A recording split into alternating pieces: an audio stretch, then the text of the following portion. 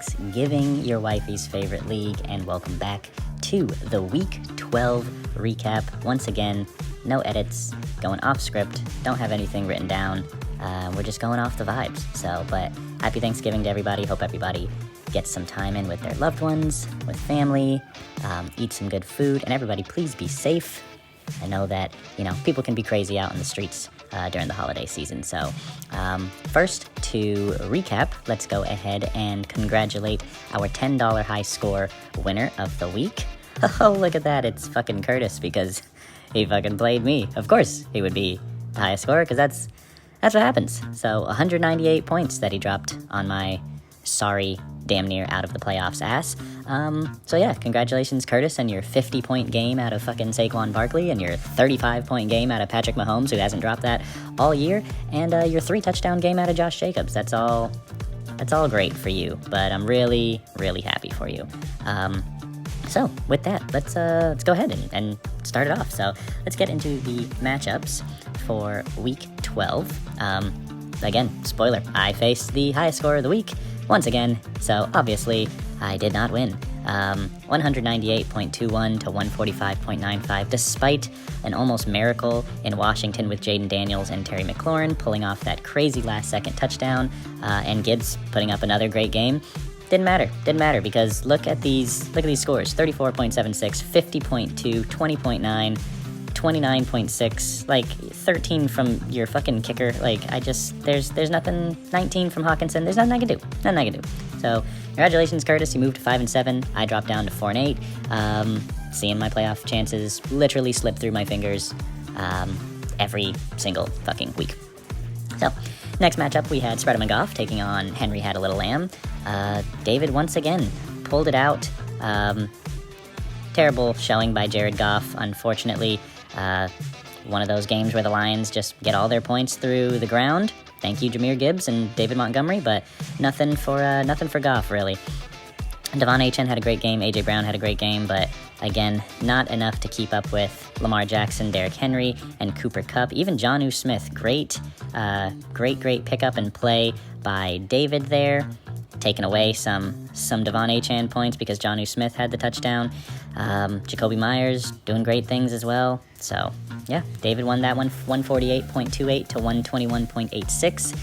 Rich is out of the playoffs, I think, at this point. Like, we could just call a spade a spade. He's 3-9. He's got 9 losses. I don't think you have a chance, bud. And I don't have much to talk. I'm right above you at 4-8. So, fucking great showing by the Commissioners this year. Fucking, we're doing great things.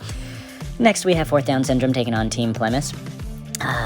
Ashton, so close to knocking off the third place team, but Phil finds a way to win these close games. He even had Jamar Chase and Joe Burrow on bye. He picks up Caleb Williams off the depths of the waiver wire, and he puts up 31.9 points with the DJ Moore stack, 27.9 points. Insane. And then the kicker that I had at the start of the week, Cameron Dicker, and then I dropped because Austin Seibert was supposedly better. Phil picks him up, 16 points, and he needed all 16 of those points because he only won by, 6 points? So, yeah, just tough, Ashton. I'm right there with you, bud. Ball doesn't bounce my way either this season, so it's been a rough one, man. Been a rough one, but and again, Texans defense, fucking 18.75 points after dropping like 21 on my ass last week. So, yeah, final score, 143.65 for Team Plemis and 137.06 for Ashton's Fourth Down Syndrome. Yeah, the rich get richer at the top of the totem pole, and the poor are just sinking lower into poverty with our records at the bottom of the totem pole. Then we had an upset here. We had the football team, our number 1 team, dropping their first game in about, I think it was 8 or 9 weeks. Was Darrell's winning streak. And it didn't even take that great of a game to do it. Obete's Balls only put up 125 points.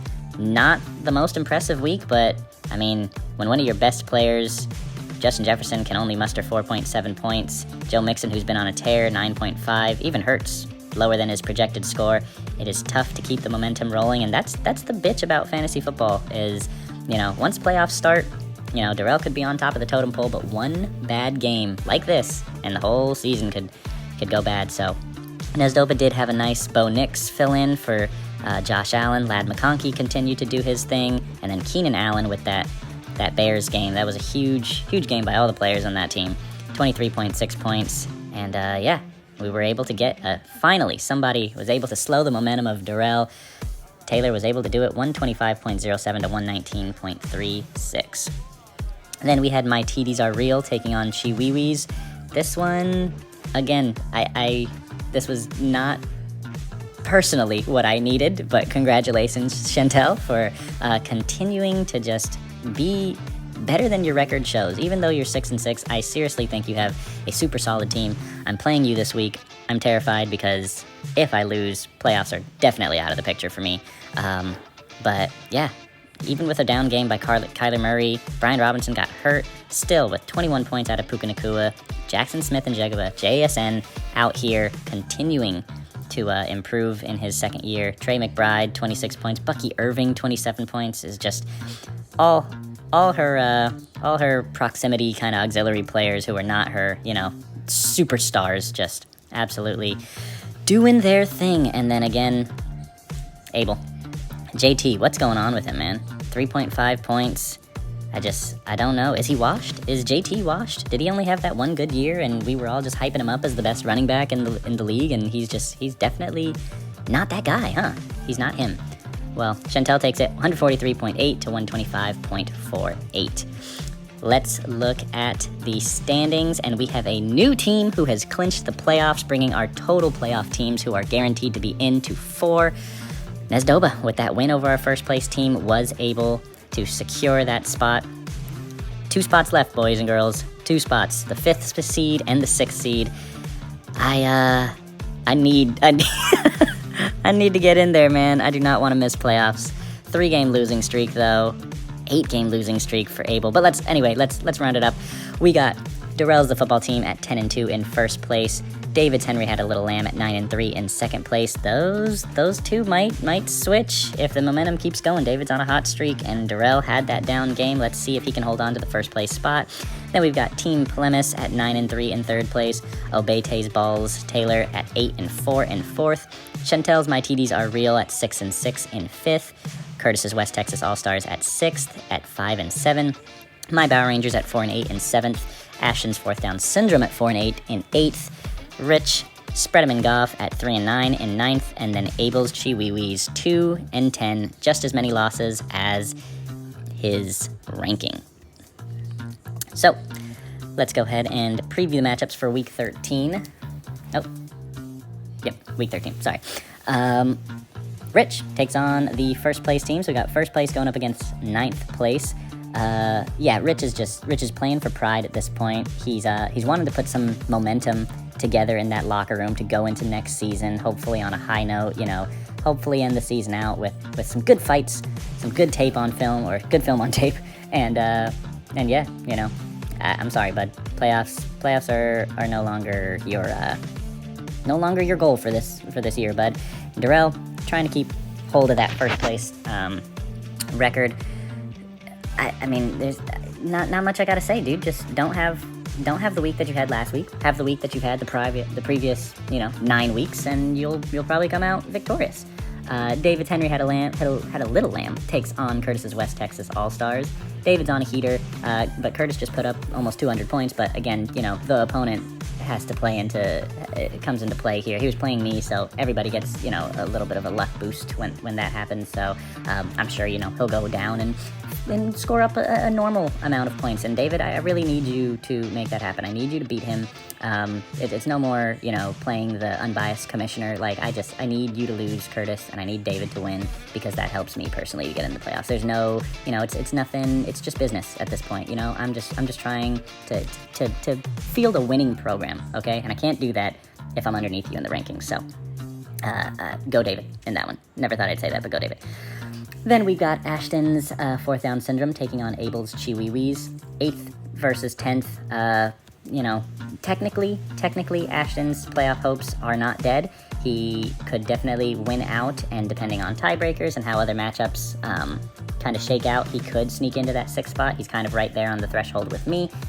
Abel, unfortunately, if Rich is done, bud, you're definitely done. I really don't want you to get the shit trophy in your first year here because, that's not fun. And I want you to be back. I want you to be back in future seasons. And, if you get the shit trophy, maybe we'll scare you off. So I just, give the shit trophy to Rich. Win your last couple games, dude. And, we'll take in that momentum into next season, bud. Good luck to both of you. Then we've got the former champion, Taylor Nesdoba, taking on Team Plemis. This is a big matchup. Third place taking on fourth place. In terms of points, even if Nesdoba wins, it'll probably still keep Phil in third place. But still huge because to even that record, going into that final week, we might be able to see Nesdoba jump Phil in the rankings. Hey guys, Chiefs running back Isaiah Pacheco with his ankle is expected to make his return tomorrow, so that's awesome. Phil, trying to string together another win, man. He's had a great season, 9-3. Looking to keep the momentum going and maybe potentially take his second place spot back from David. Only about 20 points separates them from first and second in that first round bye, so we will see. And then we've got my personal game of the week, because this is literally do or die. My TDs are real, taking on Brock Bauer Rangers. This is a 6-6 team taking on 4-8. If Chantel beats me, she will probably clinch playoffs. If I can beat her, there is a scenario, especially if Curtis loses, that I can maybe sneak in if I can win my final game. So we will see. This is huge in terms of just playoff picture, but obviously near and dear to my heart because my season is riding on this. It feels like every single week, every matchup my season is riding on, and it has not been riding very smoothly, y'all. So, Chantel, love you. You're my girl. You're my boy. I got so much love for you, but I'm coming for you this week because I need this dub. I need it. And, that is all, ladies and gentlemen. Like I said, first, second, third, and fourth teams have all clinched. Literally 2 more spots. Literally 2 more weeks. Everybody enjoy some turkey today. Watch some football. And again, be safe, and I will catch you guys in the next one. Deuces.